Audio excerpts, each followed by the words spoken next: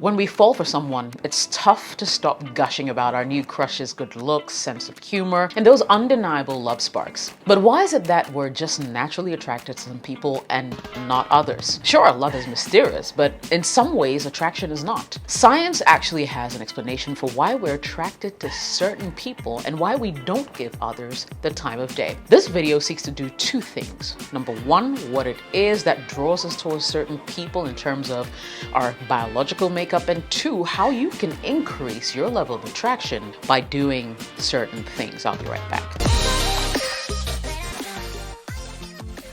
Welcome back to my YouTube channel. My name is Jessica.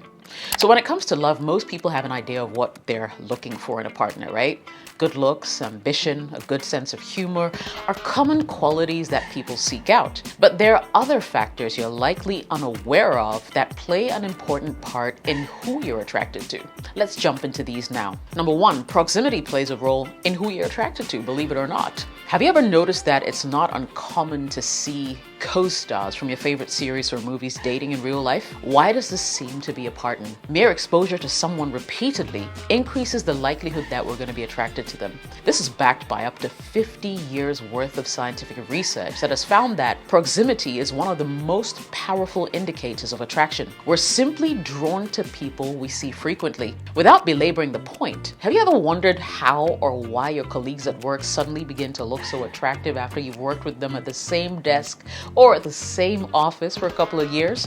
Do you ever wonder why people dig office romance? Sometimes people who fall into such relationships simply cannot help themselves. Trust me when I say proximity plays a huge role in who you end up being attracted to eventually. Number two, people can be attracted to those who look healthy and fertile. Now, whether we realize it or not, we're biologically attracted to people who look healthy and who look like they can reproduce. Heterosexual men are typically attracted to younger women who appear to be of childbearing age and are physically attractive. Additionally, research suggests that people are also attracted to those who look healthy. Face symmetry, face structure, hip-shoulder ratios are all important when it comes to attraction because these physical features often imply good health. In less complicated English and language, a lot of women will be attracted to taller men, more masculine-looking men, whereas men will be attracted to women who have a wider waist-to-hip ratio, a softer look, and more. Number three, our environment teaches us who we should view as attractive. So beyond physical features, our families, peers, and the media all play a role in helping us learn what to view as attractive. For instance, some people may seek out partners who share attributes that remind them of their opposite sex parent because that is what they've basically always known growing up. Women have been socialized, for instance, to seek primarily older men who tend to be more financially established and can take care of the women and the subsequent family that they'll have. Now, these are just a couple of examples of how we can learn who or what is attractive. There's no single way that this learning occurs, but everyone is influenced by it, believe it or not. Number four, personality traits might impact who you're attracted to. So research has shown that people who are kind are seen as more attractive. In a 2007 study, participants were asked to rate photos of strangers for attractiveness. They were then asked to evaluate the same photos, but this time around, they added personality descriptions. Essentially, the study found out that photos with positive descriptions received the highest ratings for attractiveness, suggesting that certain personality traits do play a factor in judging attractiveness. Hormones play a role in attraction. Now, in a 2016 study, it was found that men with high levels of testosterone, the primary male sex hormone, may be more attracted to women with more feminine faces, which they describe as meaning big eyes, high eyebrows, a smaller jaw. But that's not the only way hormones play a role in attraction. In a study of 238 college women published in the Journal of Personality and Social Psychology, it was highlighted that women are attracted to certain men depending on where they are in their cycle. In the mid-cycle, women tend to prefer flings with caddish men, and on average, fertile women were more interested in short-term relationships with men who came across as cocky. In comparison, at other points in their cycle, they gravitated towards longer-term relationships with kinder, more conscientious types of men who are stereotypically seen as good father material. Now, here's something even more interesting. High levels of dopamine and a related hormone, norepinephrine, are released during attraction.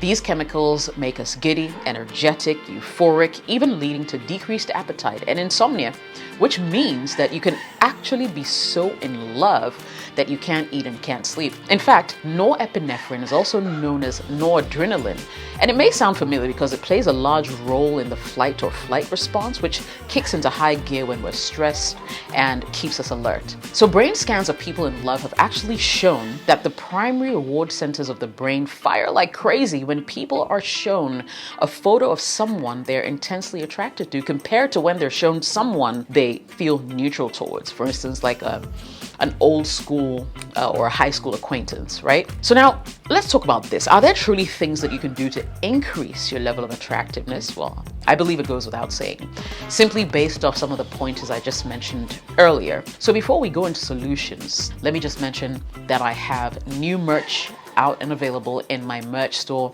I'll leave a link in the description so you can go check it out. This is one of my shirts that I absolutely love, and it's really comfy, keeps you warm. Check it out in my merchandise store, Subdue Wear. And when you buy the merch, do take a photo, hashtag Subdue Wear. I'd love to see it on social media. Let's jump back into the video. So number one, in my first point, remember I said that proximity plays a role in who you're attracted to. This means that if you make yourself available or you expose yourself to someone you like over and over again, there's a high possibility that they'll begin to find you more attractive, simply based on the fact that you're always in their face.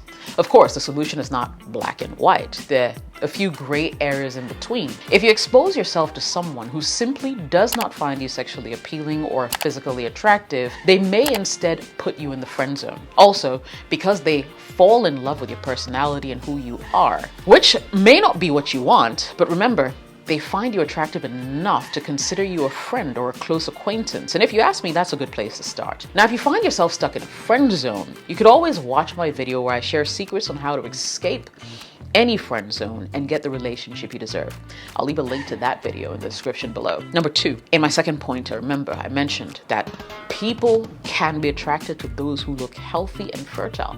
And that's why people who suddenly start going to the gym, for instance, and working out on their physique begin to experience a whole new level of attention once they start to take shape. For men, your bulging muscles, your leaner torso, your six-pack abs become a woman-attracting magnet. For women who manage to lose belly fat, increase their waist to hip ratio, they suddenly realize that they begin to court a lot of attention from men wherever they go. In a nutshell, what I'm implying is that if you want to be more attractive, get in shape, work out, put in the effort into how you look, both with and without clothes. Finally, number three, if personality traits impact who we're attracted to, it goes without saying that the nicer and more pleasant a person is, the more attractive people are to them.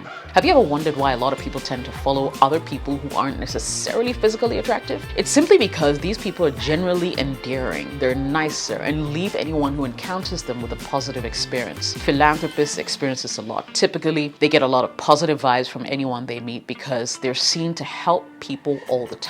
When you have a positive personality, you attract a lot of people to yourself. Now, these are three very basic things that I believe anyone can implement to increase their level of attraction. I hope that this video was helpful. If it was, smash the like button. Don't forget to switch on the notification bell so you get notified every single time I post. Plus, do me a favor, share the video so other people can benefit from this information as well. My name is Jessica. Thank you so much for watching this video.